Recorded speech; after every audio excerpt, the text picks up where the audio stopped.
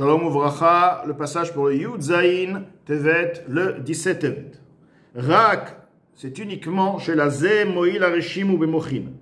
Pour ceci, il y a si on veut, un surplus, un avantage en ce qui concerne l'âme divine. Nous avons expliqué que l'âme divine a un avantage dans les Levushim, Marshava Dibur Maaseh, mais non pas dans l'essence même de l'âme divine par-dessus l'âme animale, car l'âme animale est présente dans toutes ses facultés. Et là, le Moazaké nous dit qu'il y a quand de même un surplus. L'âme divine a un plus que l'âme animale en ce qui concerne la marque Arishimu, la marque, la trace Bemochin, dans le cerveau, dans les cerveaux. Virat Hashem, Va'avat Hashem, Va'avato, la crainte d'Hashem et son amour, Amesuteret, qui est volé Bachalal Aimani, dans la cavité droite, Nidgaber V'lishlot Alara Azeh, pour pouvoir, suite à cette marque, à cette trace, de pouvoir se renforcer et dominer ce mal-là.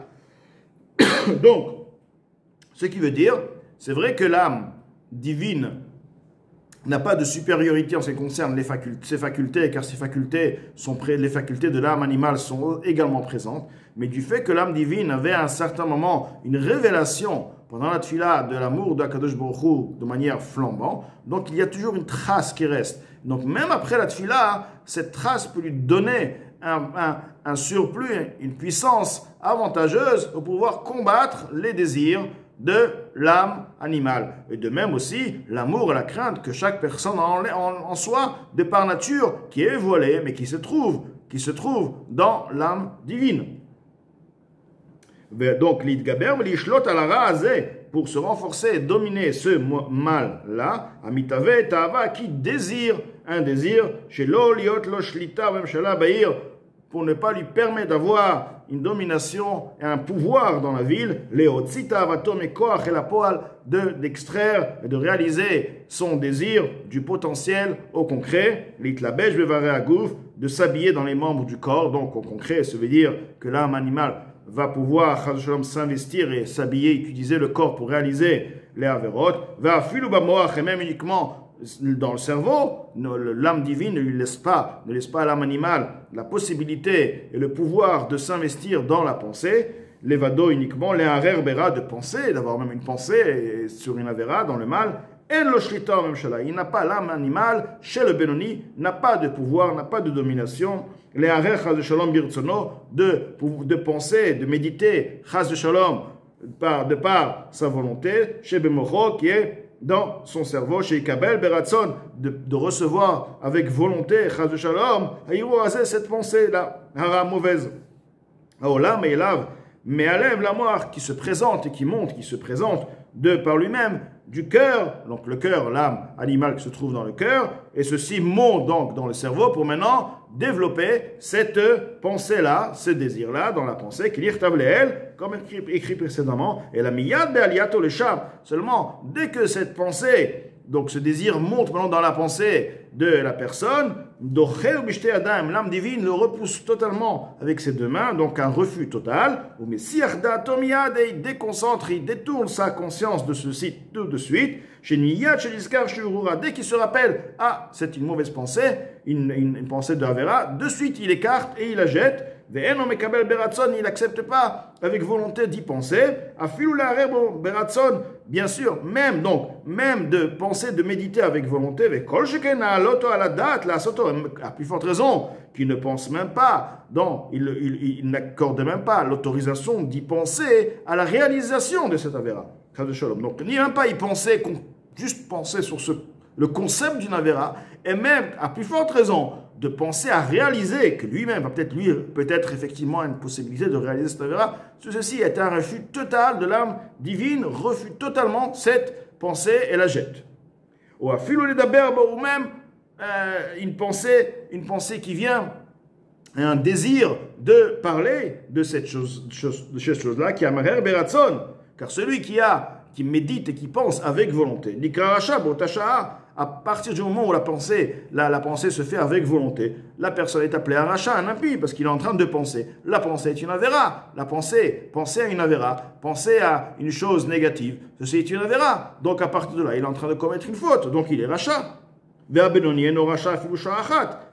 nous avons bien dit que l'intermédiaire n'est pas qualifié, n'a pas le titre de rachat, n'est pas rachat, même pour un moment et à jamais. Donc si tu dis qu'il accepte avec volonté, il n'est plus Benoni. Donc Benoni, forcément, il ne commet aucune avéra, que ce soit même dans la pensée ou la parole.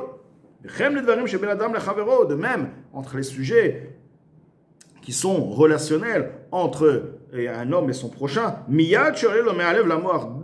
que cette pensée se présente, monte et se présente du cœur dans le cerveau, Ezotina, Vesina, une certaine rancune, une certaine haine, Shalom, ou Ezokina, au casse, une certaine jalousie, ou un casse, une colère, ou Kpida, ou une